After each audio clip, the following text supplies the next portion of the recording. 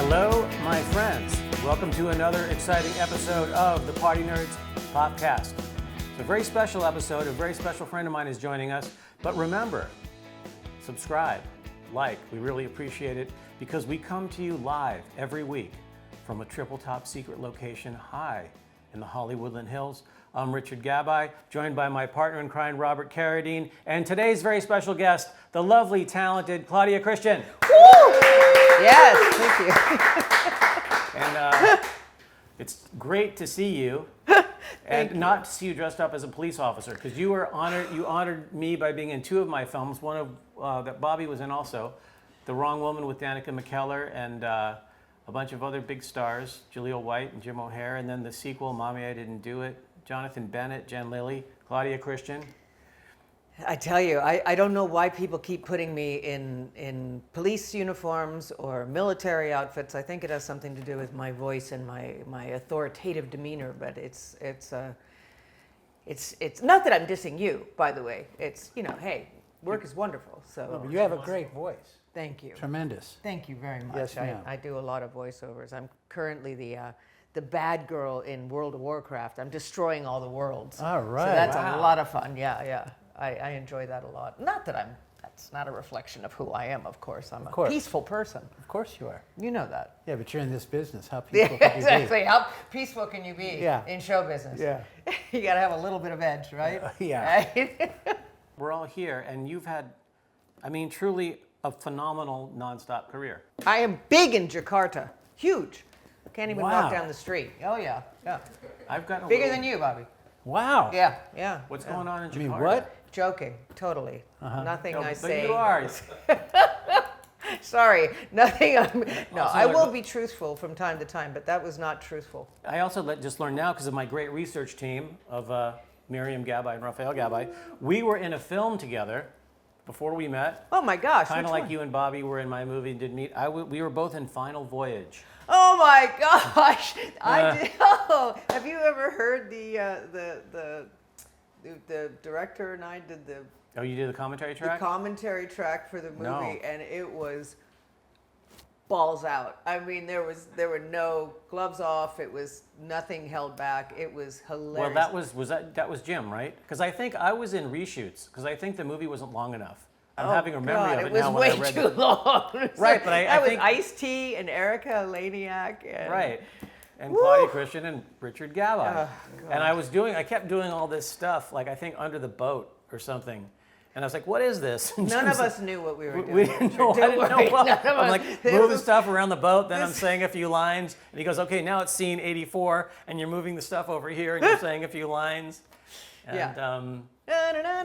No. We're making a movie, folks. Yeah, no, this was one of those films that you sort of say, "What?" Yeah, Did the boat go in the water? I was on a soundstage. I was on the. Oh, Queen, you're on the Queen Mary. Yeah. Queen Mary, which That's really slow right now. What do you mean? It won't move. I think they just shoot stuff on it. I think so. Yeah. Yeah, I was definitely on the reshoots. It was supposed to be the bowels of the ship, and it was in somewhere else with a bunch of barrels, and I was moving. I don't know what the hell I was We could doing. use that word, I that adjective. Yeah, for bowels of the for ship. Bowels, movie. yeah. I just needed. I was grateful for the work. Jim hired me all the time, and I appreciate it. What was your first leg up? Like, was Dallas your first? What was? This is how old school I am, is that when I came to Hollywood at the age of 16, I met my manager, and she had me go on go-sees. Do you remember those? I do. Go-sees. Those are non-existent now, where you would... But that's for modeling, right? No, I got an acting manager, but I wasn't 18, and I looked like I was 42 when I was 16 years old. So I was full height and the whole bit, and I had this voice, so... I had to wait till I was 18 to actually work. So for 2 years, she introduced me to every single casting director in Hollywood. And it was amazing. I met everybody. And they were all like, whoa, when you're 18, kid, give us a call. And the second I turned 18, she called Irene Mariano over at former Lorimar and said, what do you have for Claudia? Remember her? And she said, oh, I love Claudia. I'll give her 5 and under. And that's how I got started. And then I became a Lorimar girl, an NBC girl. So everything, you get on the list, the network list, and so everything that came up for a tall brunette on NBC, I would get an opportunity. they had lists back then, and they, What an amazing time where you got a manager or agent who introduced you to all the casting directors at a time when you could find out who all the casting directors were. Yes, it was an amazing time because the business just seemed so much smaller, and of course everything was in person. So I do much better in person. I don't know about you guys, but self-tape stuff. Yeah, my daughter Ever is an actress, and she got all excited because she had an interview come up where she got to go in and be with the people. Yes, and then you usually, if you have energy and charisma and a decent personality, that's when you usually book. Indeed. And you can't show any of that on a self-tape. No, you can't. When you leave, you kind of know if you have a shot. Yes. Whereas like you self-tape, you do this amazing audition. You're pissing in the wind. Well, That's all you're doing. That's absolutely throwing it off into the ether. Yes. but also You you do something that you're really sure you nailed it. Maybe your agent looks at it before he sends it, says, "I've had this happen. Oh, you nailed this one." Yeah. And it's Silent. No feedback. crickets, nothing. no feedback, no nothing. And for me, you start to question yourself. When I used to go into the room, Yeah. I always did my homework. I knew what I was doing, but you could kind of leave. You could kind of tell when you went in a certain way if maybe they had somebody else in mind, or they were meeting you because they wanted you to have the job, or they're meeting you because they're meeting a bunch of people, and you lose all that. So you don't know how to feel. You just kind of pissing into the wind. You don't get to play psychological mind games with all the other actors in the room. Psych them the out. ones out in the hallway? Yeah. Yeah. You don't get to do your little mind games. My favorite thing was to get in the hallway, and I wouldn't have the sides of my hand. Yeah. I'd just be just waiting, and they're looking at me like, what, he doesn't have the sides? Oh my God, oh shit. I better memorize. Yeah, exactly. And then I would walk out of the room after the audition and just go, yes. Yeah. No matter what, you do that. No matter what, even if I blew it, and then I'd give them all a big gracious smile. Best of luck, break a leg. Yeah. Like you don't have a chance. You know what? Hang in there. Psych them out. I never did really well on episodics or things like that. For me, I did really well on commercials. And there was like a 18-month period where every single time it would be the same 5 guys coming to the callback. I used to hate that. Before it was, we would call them all backs when we went back. And one of the guys who was always there was Jim Hanks, Tom's brother. And it always mystified me. I didn't even know. Yeah, he looks shockingly like him if you look him up. And he sounds like him. And he sounds like him, yeah. Oh, wow. I know his son has a career. Yeah. Colin Hanks. Well, I know that Jim has done some ADR for Tom when Tom's not available. I mean, that's pretty it was hip. like, it was a thing. Yeah. I mean, it was a thing. We would always say, I was like, oh, hey, Jim. Hey, Steve, who's going to get it? Well, who knows? But there's good news. Yeah. I'm hired. Oh, thank you, Richard. Yeah, God willing. You never auditioned for me. I was always grateful you took the part because I'm a you fan were of yours. sweet. And I know that I'm going to get to why the moment when I became a huge fan of yours. But Bobby and not Bobby. I don't want to incriminate Bobby. But I have a self-tape guy with a teleprompter. So if there's 10 you took pages, the words right out of my mouth. if there's 10 You pages, use a teleprompter? Yeah. if there's 10 pages, I don't. that you can't tell because Yes, you it's can. right next. No, Yes, you you can't. can. It's Yes, next to you it. can. Anyway, Teleprompter is if there's happening. 10 pages, look, if it's 3 pages, I'm Just down. call me and I'll Zoom with you and we'll run it a bunch of times and then you're memorized. That's the problem is you don't have the live person to run it with. Exactly. Unless you're doing that and you still But can't. my memory, you're Claudia, right? I mean, it's shot. The thing is, Claudia, you think he's joking.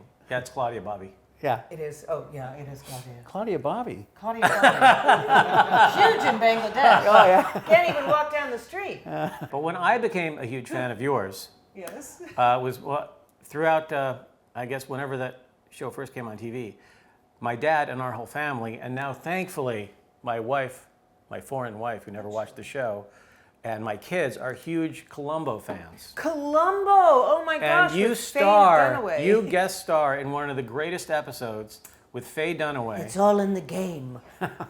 With Faye Dunaway. Oh, man, that's good. I look, this is half my show, half Bobby's show. I want the full rundown of that whole deal. I'm a huge, and I also almost had Faye Dunaway in a movie, and Peter Falk, Columbo. I mean, one of the all-time. I was editing a movie on the Universal lot way later, and I guess he kept an office there for a really long time. and there was Peter Falk was a spot, and then it was always empty, and then once there was a car in it, and I was like, where the heck is he? But I got to meet him at a DGA event, got to introduce my dad to him, took this photo that is priceless to me with that great man. I was like, oh, Mr. Falk, do you mind to introduce my dad? And they're both New Yorkers. They ignored me, and they talked for like 45 minutes about New York City. But please, the play-by-play of that. Oh, gosh. Well, okay, play-by-play. First of all, I must say that, yes, Peter Falk is everything you would imagine him to be. He's delightful, warm, hilarious, complicated, funny. He was great. And when I went into read for the role, he basically said in the room, he said, "You're great, kid, you're great. How old are you?" And I think I was about maybe 21, 22 when I did that movie. And he said, "Listen, you're going to have to lie about your age. And can you do something about your voice?" And I said, "What are you talking about?" He said, "Can you just bring it up?" And I said, "Why?" He said, "Faye Dunaway is playing your mother. And, to have a 20-year-old is a bit of a stretch." And I'm like, isn't she in her late 50s at this point? So I said, okay, that's cool. So what are you going to tell her? She said, "I'm going to tell her that you're 18. So I literally met Faye Dunaway with not pigtails, but a high ponytail. and "Hi, Miss Dunaway, I'm Claudia Christian. It's a pleasure to meet you." I did my sort of Judy Garland kind of thing. "Wow, it's wonderful to meet you, Miss Dunaway. I'm such a fan." I couldn't sustain that for the movie, obviously, but that was the first thing that kind of threw me off. And then it came down to the wardrobe, which was kind of funny because he came in the wardrobe and they were putting me in all these cute things, and they said, no, she's not going to like that. It comes from the boss that I'm supposed to be dressed in all beiges and grays. Right, you're very surreal. Blend into the background, and Faye can wear the reds and the yellows and the oranges and everything. I get it. Listen, she was very, theatrical, and she was, at a point in her life where she didn't want a younger woman to look bright and colorful. Totally get that. But it was interesting, if I can just say that. It was a very interesting shoot. We did it on the Universal lot mostly. It was, an honor to work with such an icon, but it was funny. It was just weird. There were odd things that she would do when she shot. She mostly did most of her close-ups into a mirror, and she would get touch-ups every 15 minutes. Yeah, we would shut down after every single take for a full touch-up of her makeup. Every take. And she's a beautiful woman. It was ridiculous. Oh, it was my like God. nothing's moved. You've done one take. But I mean, I think it's for me. It was it was weird. I get it. I understand that. Would she let you look her in the eye between takes? It wasn't really. We had some connection in some scenes, but yeah, look her in the eye as far as she was mostly with the makeup person. It was all about how she looked, and I understand that that's what Hollywood does to women, and I understand that that's a real thing. But I felt my heart broke because she's a beautiful woman, and she didn't need to be doing that. Right. She looked great. The makeup looked great. Nothing had moved. But I think it was a control thing, to be honest with you. I think that she felt probably out of control in lots of her life. I heard a story on Chinatown where Polanski ripped a hair out of her head because it kept picking up the light and it wouldn't sit down with hairspray, and she stormed off the set for hours. All I know is that it was bizarre working with her for that month or however long the shoot was, because there were just little idiosyncrasies that I had never run into before on a film set. But I did a lot of watching Mommy Dearest in my trailer over and over and over and over again with Peter. Just to sort of, get that, 'cause she was fantastic in that movie. So that was a point in the series, I know, where Peter was really running it. I don't know if he really was running it completely. He wasn't running it completely from the beginning. But by that point, he was like executive producing, and even I think he directed an episode or two. And he was living in this pool house because he was separated from his wife. Right. So that was a hard thing. I was gonna kind of get there because I was thinking that because he kisses her in the episode at the end, and there was still Mrs. Columbo in the show. Oh. And I was thinking to myself, okay, I didn't realize Peter that. Falk, he's in like season 7 or whatever he was in, or I don't know what season it was, but it was down the road. He's controlling everything. he's always loved Faye Dunaway, and he develops an episode where he gets to kiss her Gets at to the end. kiss Faye. He kisses her at the end of the episode. And we were all like, whoa, you're saying he was living in the pool house, separated from his wife. It all makes sense now. Yeah, he was living in his pool house. He told me, because we used to go to Jerry's Deli afterwards, and he was telling me that, you got a fight, wife kicked me into the pool house. So he was, it was also a matter of, I think, where he could shower and everything. It couldn't have been easy. So he was, he looked like Columbo every morning.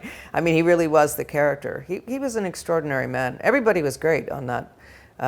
Everybody was amazing. I remember they called me in to do the telephone call with Faye in Malibu on my day off, because Faye insisted that I be on the other line, to say 2 lines Right. on the phone. And I thought, hey, it's Faye Dunaway. I'll drive to the moon to Right. work with Faye Dunaway on the end of a phone.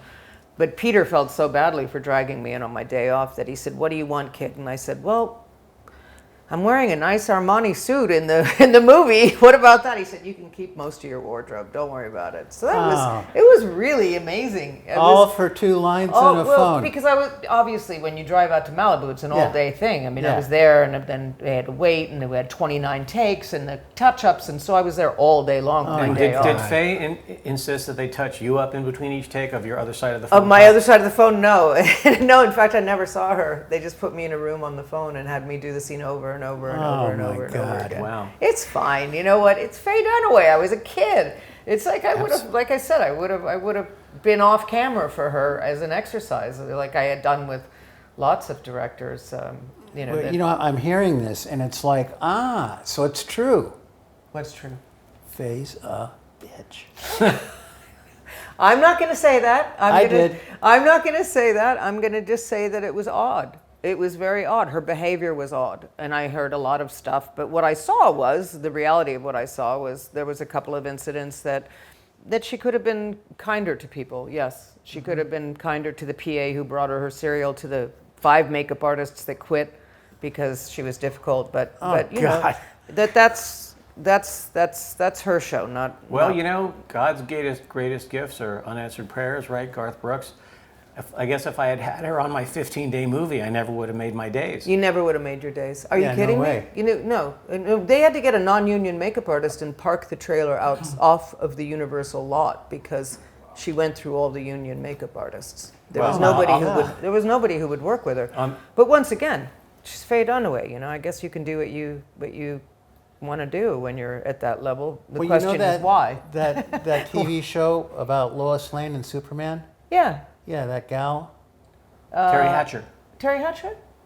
I had a segment. I was on the show. Yeah. And I'm walking onto the stage. She's walking out, and I go, "Hi, good morning."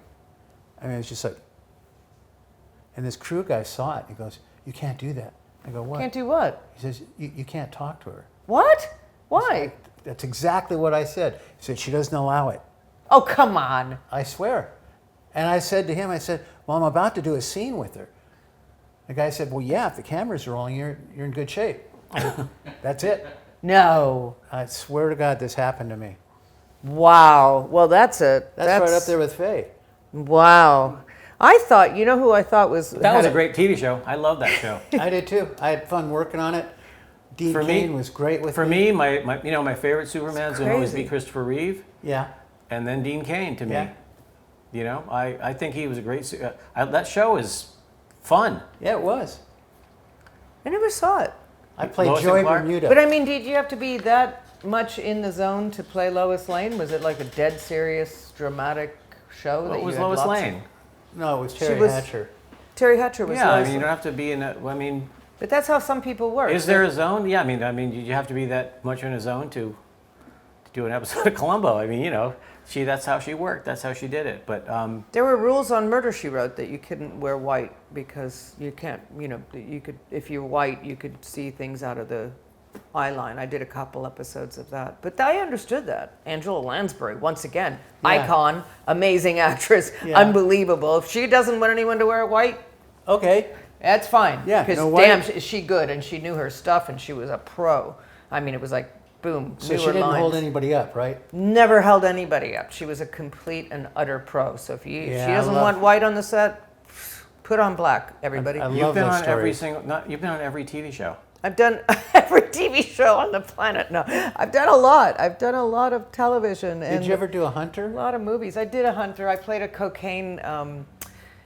cocaine dealer's bimbo on a boat. That's all I remember. Well, I was a fan of that show. And how was Fred? Because I thought it was a good show. I worked with the Stephanie, was it? The Yeah, gal? and Fred Dreyer. And Fred Dreyer. I Yeah. worked mostly with Stephanie. She was the one that was interviewing the girls on the boat. You know, back then they'd put you in a bikini. I did A-Team in a bikini, Riptide in a bikini, you know, Hunter in a bikini. I mean, you name it. Jake and the Fat Man. I mean, these are old school. Canon, yeah. Old But by the school way, TV. speaking of Fred Let's was call it retro. Fred was in The Wrong Woman. Oh, yeah. Fred was great in The Wrong. He was in my movie The Wrong Woman with Danica was? McKellar and Julia White and all those. Yeah, Yeah, and he was I fantastic. did a film with him called Dangerous Curves. Dangerous Curves. Who was It was me, Fred Dreyer, Rebecca Staub. Was that a racing No, it was or curves like a border crossing whodunit, and we shot it in Ireland. The border of Mexico was doubled for Ireland? No, it was northern United States. Oh, okay. Yeah, Okay. So all the extras are speaking like this, you know. yeah, we don't let And them had speak. you justified, you didn't let them speak. No local casting. No, we fixed it with Walla. Oh, shooting in Ireland is great. Oh, it was beautiful. I've done a couple of jobs there. One with Michael York. Oh, Amazing. wow. Yeah. What did you do with Michael York? I played his daughter in a Henry James-based film shot in the Connemara coast. That's where we shot. Run, Yeah, but Michael York's Logan's Run. That's one of my favorite movies of all one time. of my Oh, favorite yeah. movies of the week too. Let me add that Remember to the that? list. That's when movies. Farrah Fawcett was in it. Correct. That was one of her first Oh. gigs. I know. Come on, every man in the world, poster, whole bit. Yeah, the good old days. The good old days is You'd right. go to the mall. There'd be Spencer Gifts. They had like those felt Jaguar posters, black lights, lava lamps, and the Farrah poster. That's what was going on. Oh Remember my that? God. In fact, I was just in some mall with one of my kids, and I saw there was a Spencer Gifts again. No. Yeah, and I walked in. I said, I didn't know this still existed, and like the 30-year-old manager was like, well, of course. I'm talking about like 50 years ago, dude. It definitely went away for a while. But He the was stuff thinking they like were last selling, year. the T-shirts they were selling, made me blush. They were. I don't remember what some of the slogans were, but it was like, well, anyway. Well, you There- did Final Voyage. I don't know how anything could make you blush. Yeah, well, That I was younger then, and things have changed for me now that once I became a a father. father yes, of yes. daughters, especially. Yeah, but You know, you were talking about that list that the networks had. Yes. You know, once you're on the list. Yes. Somehow, I wound up on the do not hire list with CBS. I swear to God. Really? Yeah, the head of the Were studio you a was jerk about- on one of the No, episodes no. or I something? think he must have seen something I wasn't good in, or he saw Revenge of the Nerds. I don't know what he saw, but Jeff Sagansky said, as long as I'm the head of the studio, Robert Carradine is not going to be on. No. Yeah.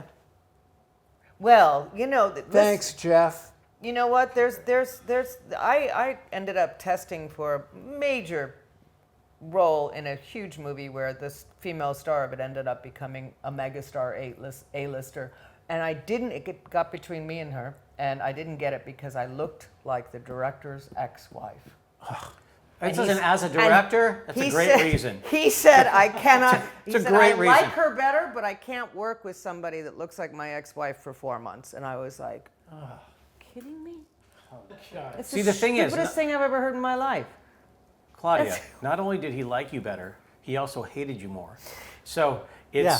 it would have There's been a too fine painful. line between love It's and like- hate, dear. Yeah, I mean, I have to come to his defense. That would be, thank God I don't have an ex-wife, but you know, the thing is, when something like that happens and you're not the one that leaves, it is like a vicious animal rips your heart out through your rib cage without anesthesia and holds it up so crows can peck at it. Yeah. So if he was feeling that way, you two would not have made a great film together. So I think I would have maybe won him over. healed him. I think you would have risen to the I would have occasion. risen to the Absolutely. occasion. I would Yes, have been ma'am. Just trying to make extra it nice. ease it over, but Yeah. Oh, and the producer of this show that Jeff Sagansky wouldn't let me get hired for Yeah. was Diane English. Oh, She wanted no, me. She did I was Murphy the first Brown, choice. didn't Yeah. she? Oh my gosh. I was the guy. Oh my gosh. I was Bobby, supposed to be a guitar playing. you're still the guy. You Thank are the you. guy. Thank you. You're the Guitar guy. playing bicycle messenger. I play guitar. That's and why you I have ri- long nails. I was wondering. Yeah, and I ride It was bicycles. either that or cocaine, but I know it's No, not the 80s. I never did that. Yeah, I know. I heard I missed out, but I never did it. Oh, you didn't miss out. It was such a dumb drug. Okay. Bobby, there had to be something you didn't do. We just found it. Yeah, cocaine. Ah, maybe that's why he didn't like me. Oh, something I didn't do. Right. Got it. So you played. Do you want guitar. names? No, no, Okay, no, good. no. I was Not someone. I you was didn't talking do, about the something drug. You didn't I do, was Bob. talking about the drug. Okay. Yeah. Get your head out You of said the I gutter, didn't do kid. that. Yeah, man. I tell you. Well, you know, we can't think of the past onwards, as they say. Well, I'm right? really glad you're here, Claudia, because you class the joint up. Yeah, well, I have that effect on things like plants, Yeah, look at it, it's potted blooming. plants, books, So- random books. Yes. You had a million guest spots, and then you landed on a spaceship in Babylon 5, which is iconic. That was my 4th series regular. Right. Yeah, 4th. and Go 1, 2, 3, and then hit me with 4. What was 1, 2, the 3? 4th one, well, was the one? Babylon 5 one, we thought, and this was, first of all, they did a pilot, and Tamerlan Tomito was in the role of the lieutenant commander. And they thought that she wasn't tall enough or authoritative enough to be with the 2 male leads, which were tall and had deep voices. So they were looking for somebody else, and they looked at everybody from the model Imam to, everybody. And I went in and I just had a great reading with one of the guys, the stars of the show, and they asked me to come back at 3 o'clock, and I went back and did exactly the same thing. And I said to my agent, I said, you know what, I just finished Clean and Sober, the film. I did another film, The Hidden, and I said, you know, I'm kind of got my film thing going, and you know, I'd like to do some more films. And she said, don't worry, sweetheart, it's science fiction and it's not a Star Trek spinoff. This thing will never last. And I said, okay. She said, if it gets picked up for 1 season, you do the season. I said, okay, great. So I ended up getting it, and yeah. How many seasons? I did 4 seasons and 4 All movies right. of the week. So I left after the 4th season, before the 5th season, because we had combined season 4 and 5 into 1 season, thinking that there was not going to be a 5th season. And then suddenly they found the money from TNT. But at that point, I felt like the party was over. So I left, and then I received death threats for leaving. Well, that's special. What? Yeah, but yeah. Yeah. What, from your From fans? fans? From the fans for leaving the show because Ivanova, my character, was so beloved. I was, well, bisexual Russian telepathic commander in space. Come on. Oh, man. Jewish to boot. Talk And about- a practicing Jew. By the way, I am huge in Israel. I remember going to the first... Talk about checking off a lot of boxes. Yeah, Wow. Wait, that's do that again? Lovely. Wait a minute. Do that again. Russian, bisexual. Russian, telepathic, Jewish, bisexual commander in space. Come on. What's That's not good to writing. like? I mean, that's targeting a wide It's market. remarkable. I was actually in Jerusalem, and I was going down to a crypt and very quiet, and you know, having that, you know, trying to be peaceful and imagining 1st century AD, you know, the whole thing, Christ. And some guy says, Ivanova, what are you doing here? I said, oh, that's right. I was the first Jewish character, practicing Jewish character who sat Shiva and the whole bit in space. So, yeah. So For audience members, sitting Shiva is what you do after you lose a loved one. You hang out in the house for 7 days. Yeah. Yeah. So that's Ironic, because the name is Susan Ivanova is not a Jewish name. It's actually that's a Christian Russian name. So we got that wrong. well, Plus, you know, Russian- my You didn't name get that- you is didn't get- Claudia Christian. yeah. You didn't get that wrong, because throughout history, a huge and shocking percentage of Jewish people have changed their last names and their first names Yes. to hide their identity. Yes, of course. So it would kind of maybe make more sense. This was the future, though, Richard. I'm hoping Where that's the everybody future. got along. The future I'm seeing, it's Yeah, the future you on never know. Babylon 5, there was everybody was sort of fluid sexually. Nobody made a big deal out of anything. People had, you know, there was every race, color, creed. There was everything on the Well, ship. that show mean would kinda- go really well right now. No, you mean He was ahead of his time. You Yeah. mean kind of like it was 15 years ago? Yeah.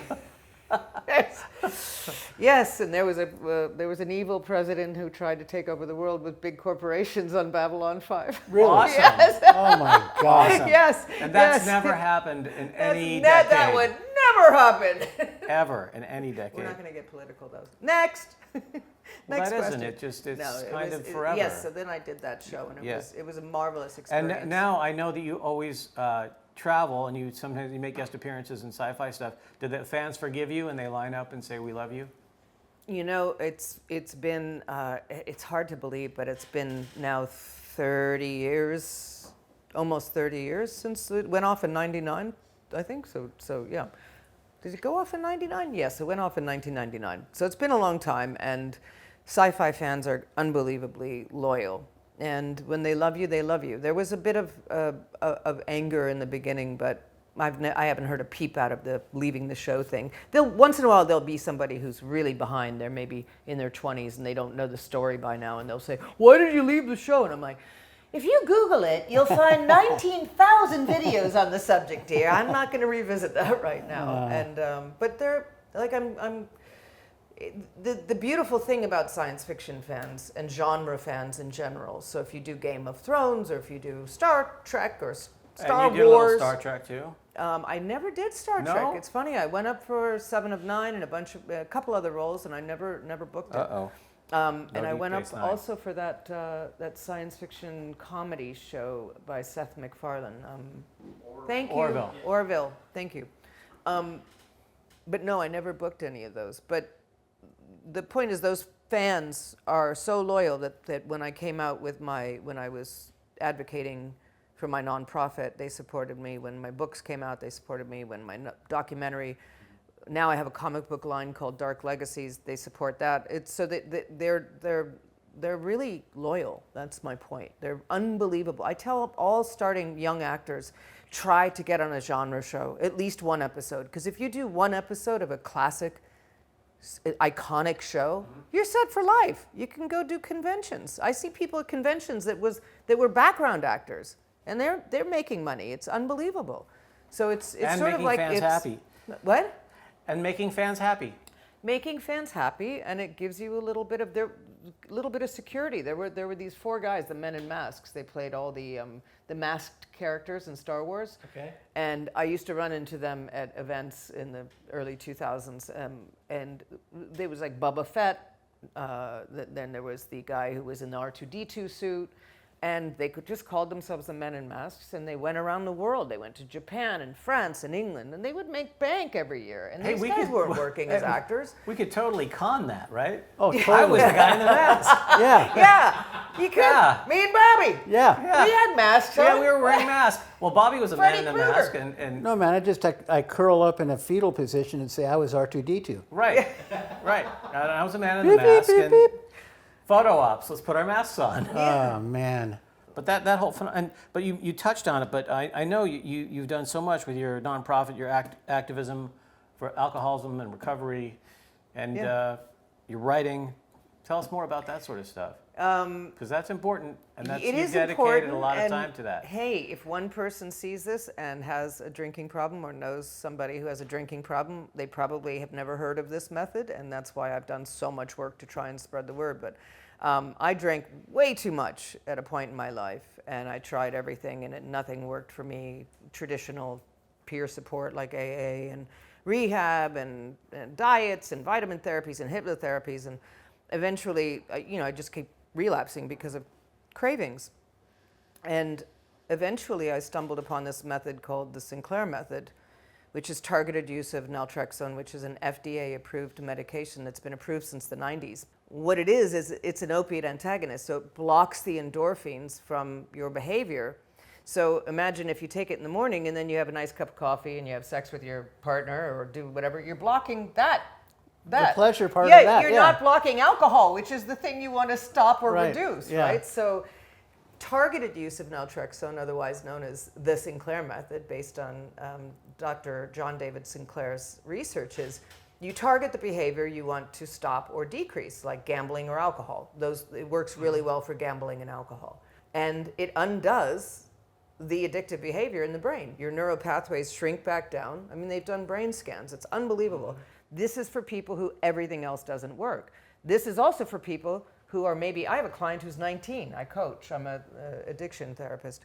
And I have a client who's 19. Is she really going to stay sober for the rest of her life? She's been abusing alcohol since she was 12. Wow. And you think that if I say to her, oh, you got to be sober for the rest of your life, she's 19. How realistic is that? So it has a 78% long-term success rate compared to, what, 3%, 5% in traditional AA? treatment? Wow. So this is it's a science-based treatment for alcohol use disorder. So I decided when I did it myself, and it was so miraculous, I said, I can't hide this. I mean, I could have just done it and never let anybody know that I had a drinking problem. But I decided to write a book about it, and then I made a documentary called One Little Pill, which is free on my website. Options Save Lives is my nonprofit organization. And I wrote a couple books on it, and I did a TEDx talk, which has over 5 million views now, so at least 5 million Congratulations. people. Awesome. Yeah, so That's incredible. Thank you. You've definitely helped more than one. I've helped a lot of people, and I went and became credentialed because I actually really enjoy coaching people. I love seeing these radical changes in people, and if they literally get their lives back. They get their lives back. They start wood carving again and singing, and one guy got his high school band back together because he's not wasting all this time procuring, drinking, hiding, exactly. lying, and recovering from alcohol. Yeah. So now he's got a life, and I see this, and it just fills me with so much joy, and I wish somebody would have told me about it when I was, at the height of the age of a woman should be in my late 30s, where I should have been really working and enjoying my life. I was drinking wine every night. What a waste. I mean, so I do this to sort of save other people from wasting time with maybe, treatments that don't work. Amazing. Sounds fantastic. Amazing. Thank you. Thank you. So now that I have a legacy. Absolutely. Yeah. And before we let you go, because we know you've got to jump out of here.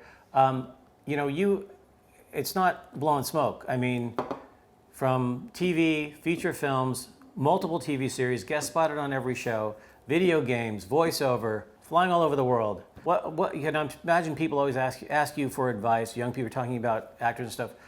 What's your takeaway? What do you think the most important thing is? What do you attribute besides God-given talent to the longevity and to your career? I think that when I came into my career, I had done only theater in Connecticut as a kid, and I remember I saw Little House on the Prairie, and I saw Melissa Gilbert, and I saw someone that looked like me and that was my age on television. And I said to myself, I can do that. And I never wavered.